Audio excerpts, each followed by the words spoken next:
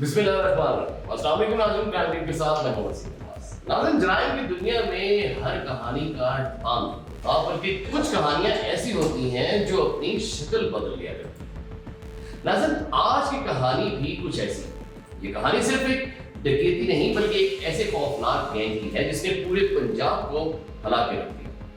साल 2026 लाहौर की पोश सोसाइटी डिफेंस में होने वाली एक वारदात ने सबको चौंका दिया और हैरान कर दिया। तकरीबन 15 से 19 करोड़ रुपए की बड़ी डकैती, और वो भी ऐसी मंसूबाबंदी के साथ कि किसी को खबर तक ना।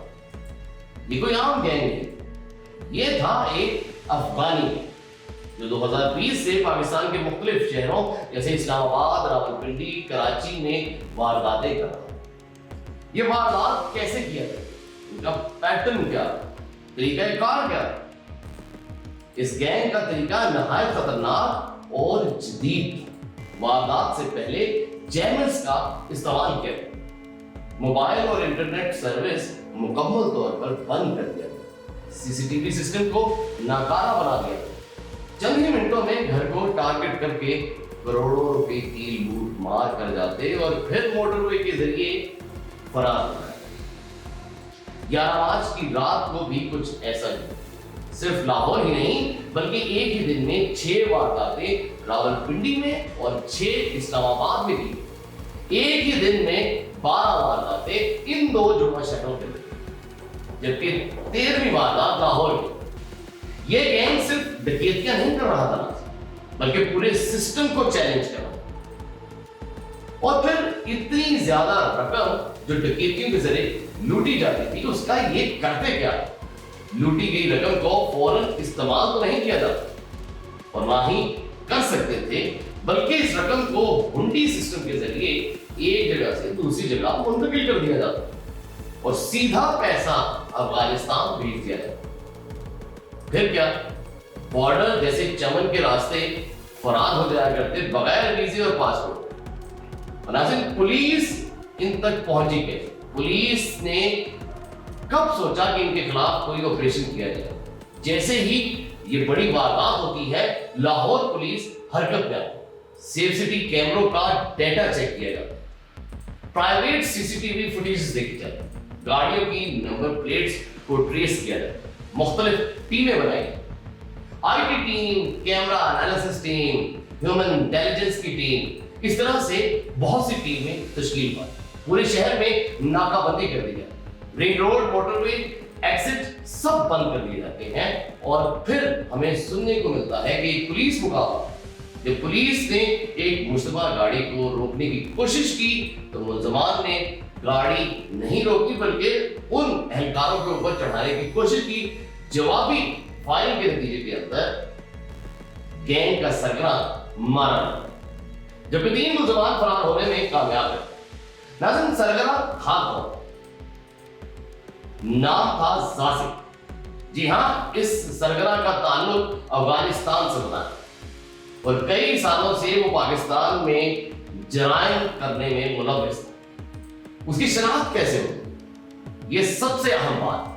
मुतासर शख्स यानी मुदई, जिसने 100% इस शख्स की शनाख्त की, अपना वीडियो बयान भी रिकॉर्ड करवाता है और उसने अपने बयान में ये वाज़ेह कहा कि ये वही शख्स कि जिसने उस रात डकैती की। लेकिन अब क्या हो, क्या उन 3 मुलजमान की तलाश जारी है जो पुलिस मुकाबले के दौरान भाग गए थे जब उनका सरगना मारा गया था? क्या मुख्तलिफ शहरों के अंदर अब भी छापे मारे जा रहे हैं? क्या सीसीबी और पंजाब पुलिस हरकत में है? क्या लूटी गई रकम की बरामदगी के लिए वाकईतन हकीकी तौर पर कोशिश की जा रही है? और आखिरी बात ये कि क्या ये सिर्फ एक केस है या फिर ऐसा नेटवर्क जो जेलों से लेकर बॉर्डर तक फैला? नाज़रीन, जब ये हकीकत सामने आती है कि ये गैंग पाकिस्तान के मुख्तलिफ शहरों में 2020 से काम कर रहा है, ऑपरेट हो रहा है, तो पुलिस इतने सालों में इन्हें गिरफ्तार क्यों नहीं कर सकी, क्यों नहीं नुकेल डाल सकी? और जब एक ही पैटर्न, एक ही अंदाज, एक ही तरीका बनाया जाता है تو پھر پولیس کی کارکردگی کے اوپر سوالات ضرور اٹھتے ہیں۔ ناظرین، سب سے چونکا دینے والی بات یہ ہے کہ ایک ہی روز وہ 12 سے 14 وارداتیں سائملٹینیسلی کرتے ہیں۔ ایک ہی وقت کے اندر، ایک ہی دن کے اندر اتنی بڑی وارداتیں وہ ڈالتے ہیں۔ کیا وہ گروہ محض 6-8 لوگوں کا ہوگا؟ آپ اس چیز سے اندازہ لگائیے کہ اگر 12 سے 14 ڈکیتیاں ایک ہی دن کے اندر مختلف شہروں کے اندر کی جاتی ہیں تو یہ نیٹ ورک کتنا بڑا ہوگا؟ اس نیٹ ورک کے افراد کی تعداد کتنی ہے؟ کیا سارے کے سارے افغانی ہوں گے یا بہت سے پاکستانی بھی ہوں گے جو ان کے ساتھ مل کر یہ وارداتیں ڈالیں؟